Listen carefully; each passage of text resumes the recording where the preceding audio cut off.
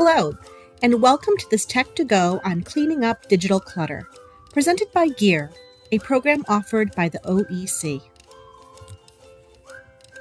By the end of today's session, you will understand how cleaning up digital files protects your program and saves storage space, distinguish between files that should be kept and archived and files that are safe to delete, and understand how to apply a simple 3-step process to clean up your digital files and maintain an organized workspace going forward.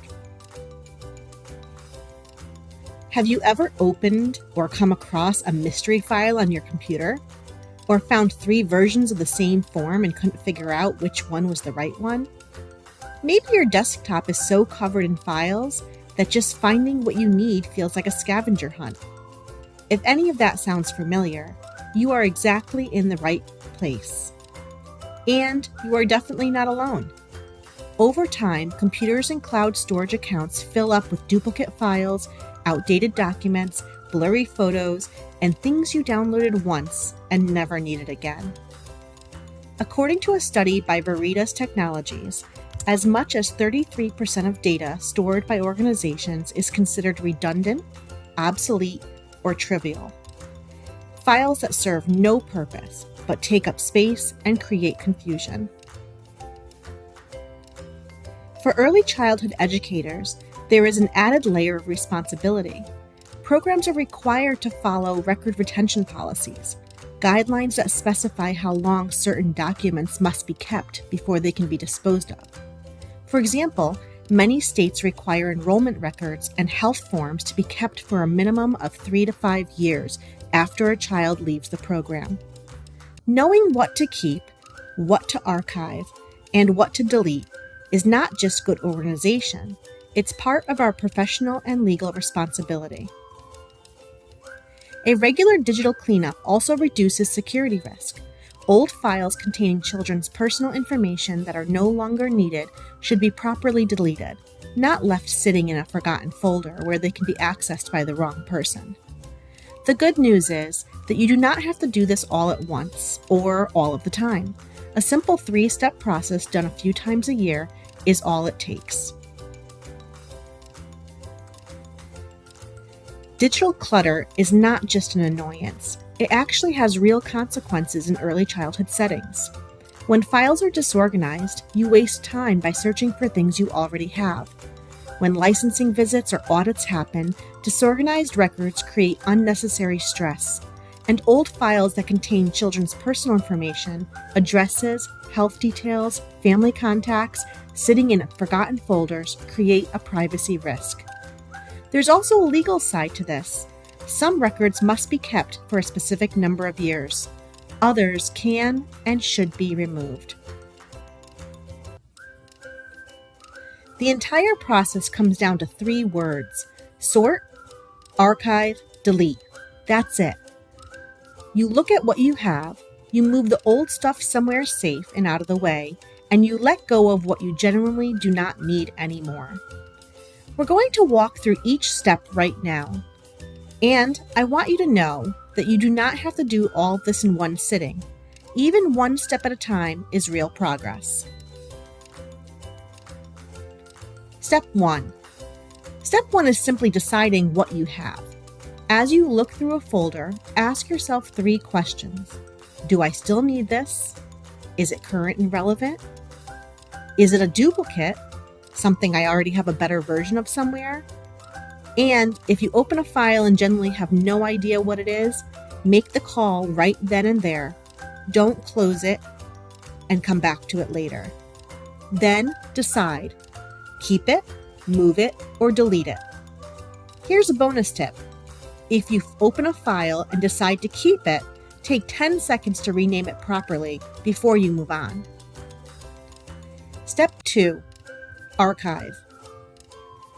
I want to be really clear about this. Archiving is not deleting. You're not getting rid of anything. You're simply moving files you no longer need on a daily basis to a separate, clearly labeled location. Think of it like a filing cabinet in a back room. Everything is still there if you ever need it. It's just completely out of the way of your current work. Here's how to set it up. create a folder and call it Archive. On the inside, create subfolders by school year.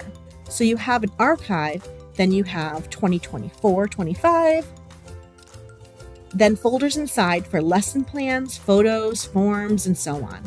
Anything you haven't touched in over a year but need to keep goes in there. I want to pause here for an important reminder. Early childhood programs are required to follow record retention guidelines, rules that specify how long certain documents must be kept before they can be disposed of. Many states require enrollment records, health forms, and incident reports to be kept for 3 to 5 years after a child leaves your program. Before you permanently delete any file related to a child or family, please check your state licensing requirements and your program's own policies. If you are ever unsure, archive it first. You can always delete it later once you've confirmed it's safe to do so. Now for the step that feels the most intimidating, but it is also the most freeing: deleting.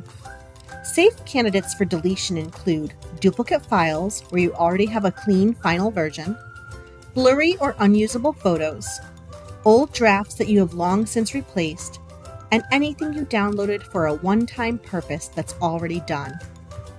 Most of us hold onto digital files the same way we hold onto physical clutter, just in case. But if something has been sitting untouched for years and serves no purpose, keeping it is just creating noise. One important reminder: when you delete something, it goes into your trash or recycle bin first. It is not truly gone, and it doesn't free up your storage until you empty the trash. Make that the last thing you do at the end of every cleanup session. How often do I actually need to do this? The answer is probably less often than you'd think. A quick 10-minute tidy at the end of each month, deleting obvious duplicates, renaming anything that you saved in a hurry, moving completed projects into your archive, is enough to keep things from piling up. Then, at the end of each semester or program year, do a fuller review. Archive the past year's files, delete what's been cleared for removal, and set up fresh folders for what's ahead. Here's a simple calendar to follow. In August or September, set up your fresh folders for the new program year. It takes about 10 minutes and it sets you up for success. In December or January, do a quick mid-year tidy and move your fall files into the archive. In May or June, do your full seasonal cleanup. Archive the whole year and delete what's no longer needed. And anytime you open an old file with a vague name, rename it before you close it. I'd encourage you to open your Google Calendar or Google Tasks right now and add a reoccurring reminder for each of these. Just a 15-minute block is enough. A few final tips before your action step. First, you do not need to try to fix everything at once. That is the fastest way to get overwhelmed and give up. Start with one folder, just one. Second, every time you open an old file and decide to keep it, rename it before you close it. Third, when you're not sure whether to archive or delete, always archive. You can delete later once you're certain. And finally, empty your trash whenever you're done. Files sitting in the trash are not actually gone yet. They are not freeing up any storage space until that bin is emptied. Before you close your computer, open one folder, just one, and look at what's inside and sort it. Keep it where it is, move it to your archive, or delete it. Rename at least one file you find with a vague or confusing name, and when you're finished, empty your trash. You don't have to finish the whole folder today. Less clutter, less stress, more time and energy for the children and families that you serve every day. Thank you for joining this Tech to Go on cleaning up digital clutter, presented by Gear, a program offered by the OEC.